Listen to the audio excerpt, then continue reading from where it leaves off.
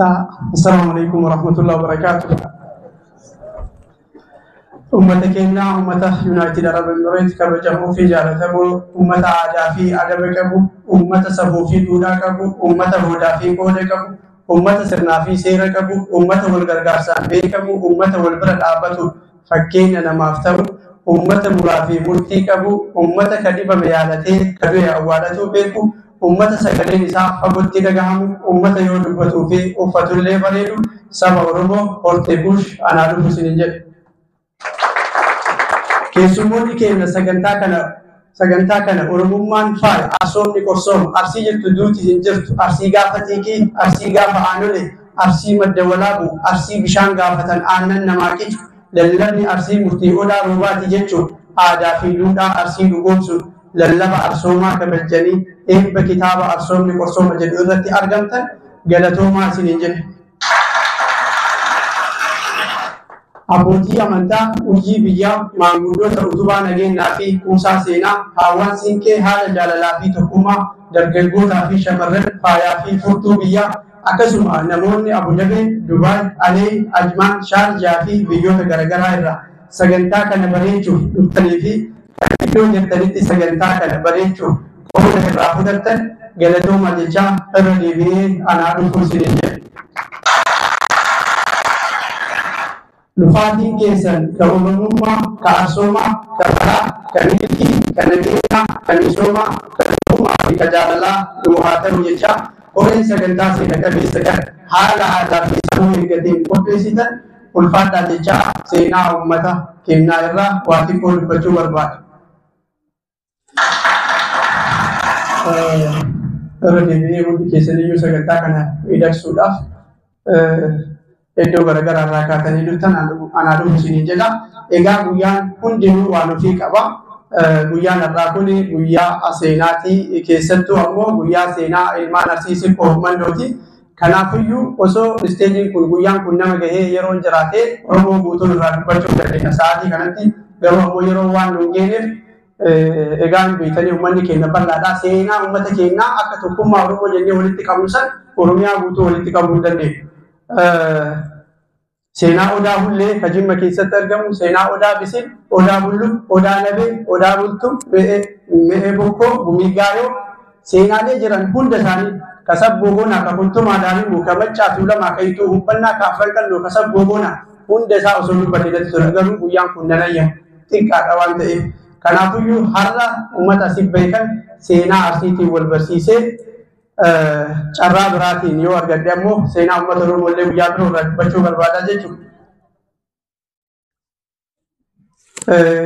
Kanaaf garuma seenaa uummata keenya ilmaan Arsii Mandootti isin dabarsa. Egaa namni tokko gaafa dhalatu waa sadii qabaachuun isaa dirqama. Uumaa qabaachuu qaba, abbaa qabaachuu qaba, biyya qabaachuu qaba. Kanaaf Arsiin gaafa dhalatu biyya qaba, biyyatti dhalate qaba.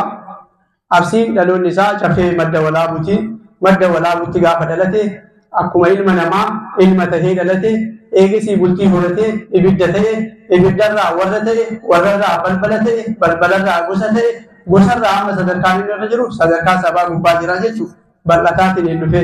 Kanaafiyyuu har'a seenaa isaarraa Arsiin haati mana Arsii Simboon jedhamti. Simboon ijoollee 5 deette, Simboon deette ilmaan 5 ayyaantu loliyyoo Sikkoo fi Mandoo dooranii jedhan. Kanaafiyyuu Sikkoo immoo ilmaan 5 dhalee Bullaalla, Wacaalee, Jaawwi, Waajii, Ilaanii dhale jechuudha. Ilmaan Sikkoo 5 dhaddacha Raayituu Gambiirraa, dhaddacha Miilurraa, dhaddacha Malkaa Birmajii Bullaallaa Furfuursaarraa qabee dhaddacha Aadamii Adoolarraa haga dhaddacha Kitibee Adaamaa jalatti jechuudha hubatanii jiranii jechuudha wal keessa.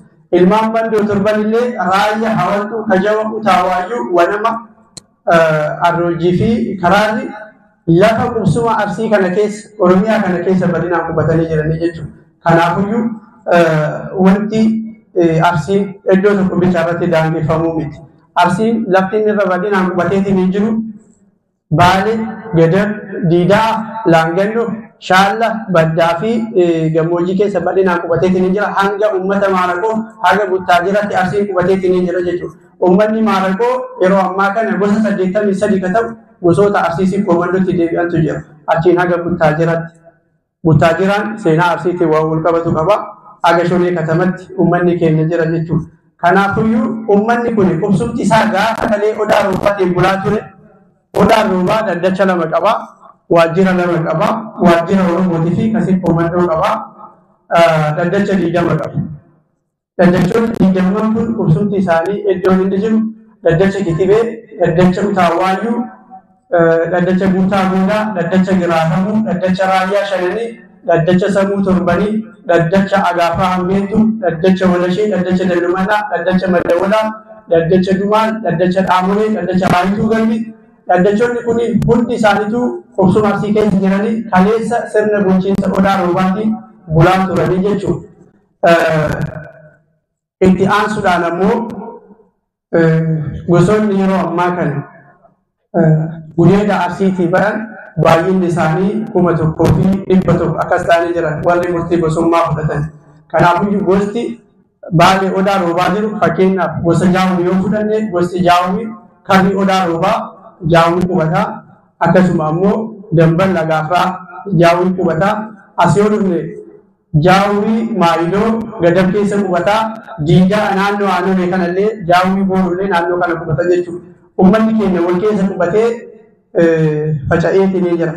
Warra gumaa waliin nyaatu warra gumaa waliin fudhatu jechuudha. Lafti kun baala Diidaa Gadab kan jedhamu maqaa lafa Arsichaati.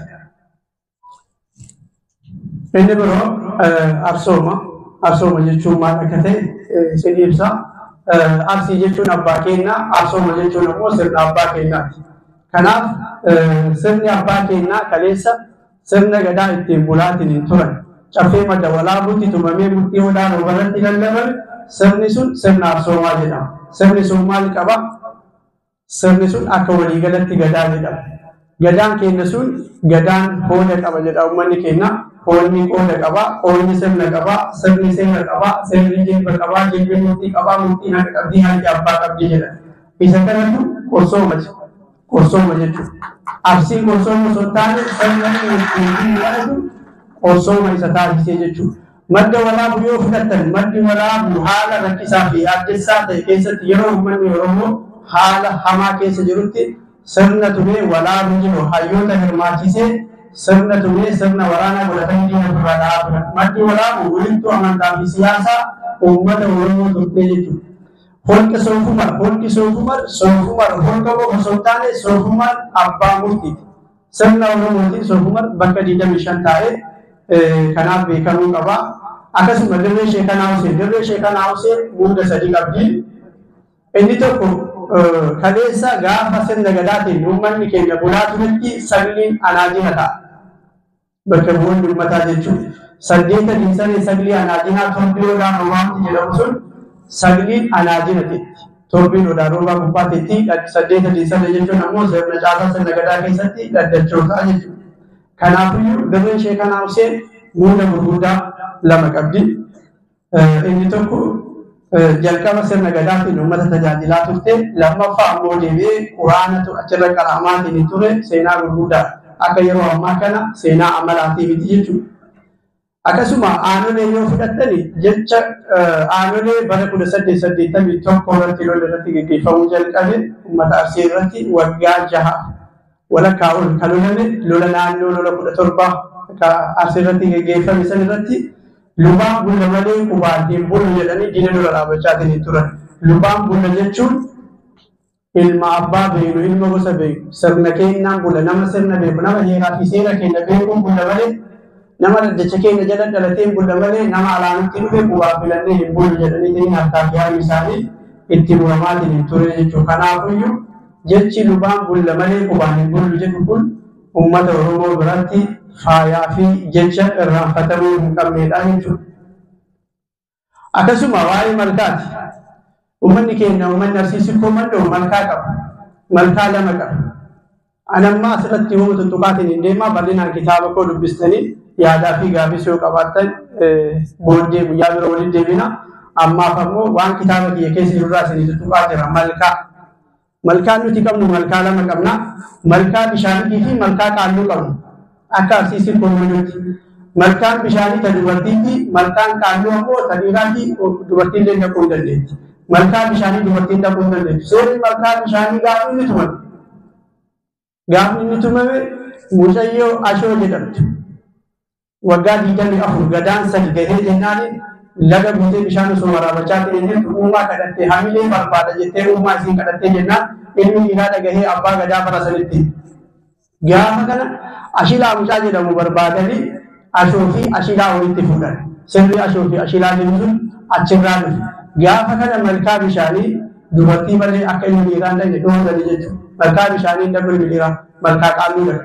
Malkaan qaalluu ammoo bakka qaallichi taa'u, bakka hajjichi taa'u, bakka seera irraa waraabatan, bakka du'aa irraa fudhatan malee iddoo bishaanii miti jechuudha. Malkaa wanni jedhamu kun bakka lamatti qoodamu. Kanaafiyyuu malkaa bishaanii ilmi dhiiraa hin dhabu. Guddisa daa'immanii irratti uummanni keenya kaleessa jalqaba osoo ilma saniin arganne gosa ilma eessummaan ilma sanii barbaada. Ardaa gaarii barbaada, gosa gaarii barbaadee haala saniin haadha fuudhee ilma argata jechuudha. Jaarsa abuurraa qaba, jaarsa fixeensaa qaba, keetticha qaba, halangicha qaba, shanoo shananii qaba, dhaamata qaba, dhoysisaa qaba, rakkoo qaba, geega of geegessituu qaba. Sirna haala kanaan ilma gaarii argachuudhaaf adeemsa kana hunda keessa darbanii jechuudha. Akkasuma ammas daa'imni tokko gaafa dhalatee aga waggaa 8 aannan malee guddachuu hin qabu. Aga waggaa 8 yoo argate gosarraa fuudhanii yoo qabaate ammoo isumatu aannanii guddisaa yoo dhabe ammoo abbaan gadaallee haala kennuuftu jira jechuudha. Waggaa 8 irraa waggaa 16 aadaa fi adaba safuu fi duudhaa barsiisa uummanni keenya ilmaan ofii. Sadarkaadhaan malee barumsa sammuun isiin dandeenye kennaniif. Waggaa 16 irraa waggaa 24 guluffii fardaa bishaan daakkii ergaa jajjaba horii tiksuu waan akkana irratti bobbaasanii jechuudha. 24 irraa 32 ammoo waan gammaa barate kana daddachoota irra deemee uummataan wal bahee uummata illee barsiisee ofiillee irratti shaakala. 32 irraa waggaa 8 haga 40 akka jiru bakka 3tti qoodama. 32 irraa haga 36 heeraa fi seera abbaan gadaa isa dura bulchisan barata. 36 irratti haadha manaa horate, haadha manaa isaa wajjin tarree caffee galee heeraa fi seera haaromfame kan uummanni keenya haaromfate kabara dhufu isa san barataa waggaa 39. Waggaa 39 irraa haga 40 waggaa 35 kan ammoo dhakaa dhaabaa deema. Daangaa Oromiyaa tan yoo odaa roobaa irratti kaqaadhimamu taate daangaa odaa roobaa daddachoota odaa roobaa 20 irra deemee dhakaa dhaabee abbaan gadaa na dura asin bulche jedhee isa kan iddoo kanatti illee dhakaa dhaabatee deema jechuudha. Haala kanaan haga waggaa 40tti gahee keessa bahee guddatu qaba.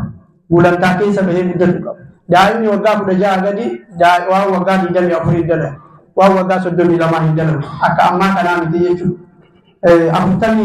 42 irraa 48 abbaa gadaa tahee gadaa moolee biyya tajaajila jechuudha. Abbaa gadaa namni ta'u nama waggaa 40 gahe, nama heeraa fi seera uummata Oromoo beeku, nama qaamni isaa guutuu ta'e, akkasuma nama haadha manaa horate sanirraa ilma argate, nama dunyaa gahaa qabu, nama kanatu abbaa gadaa tahaa jechuudha. Kanaafiyyuu sirni keenya isa kanatu qorsoo malee akkanumaan lafaa ka'ameeti miti qorsoo maka jedhamee. Inni biraa akka yeroo qusachuudhaaf haalli biyya kanaa gadi baadhoo ol seenan qabbana.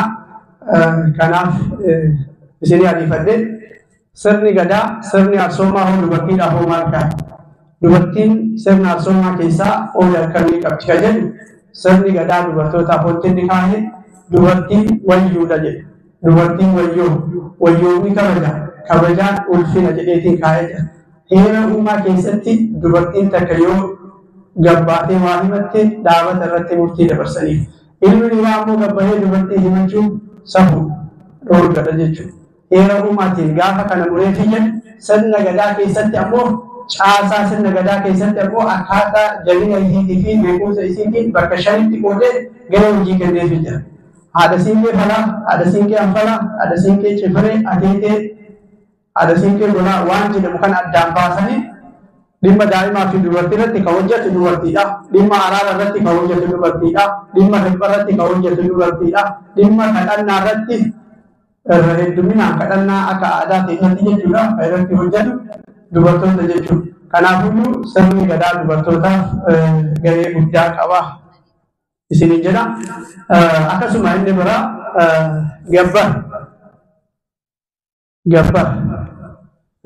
gabbarri gaafa dhufee fi daddacha kam jalatti akka jalqabe beeku. Eenyu akka jalqabee fi yoo akka jalqabee fi daddacha kam jalatti ganja kam keessatti jalqabee beeku. Gabbarri dubartoota keenya kabaja irraa fuudha. Yeroo baay'ee shamarran keenya gabbarri dubartiin keenya qaaliidha, dubartiin arsii qaaliidha. Gabbara malee hin ta'u yeroo jedhamu hin dhageenya. Garuu gabbarri dubartoota keenya itti keesse malee hin ulfeesse.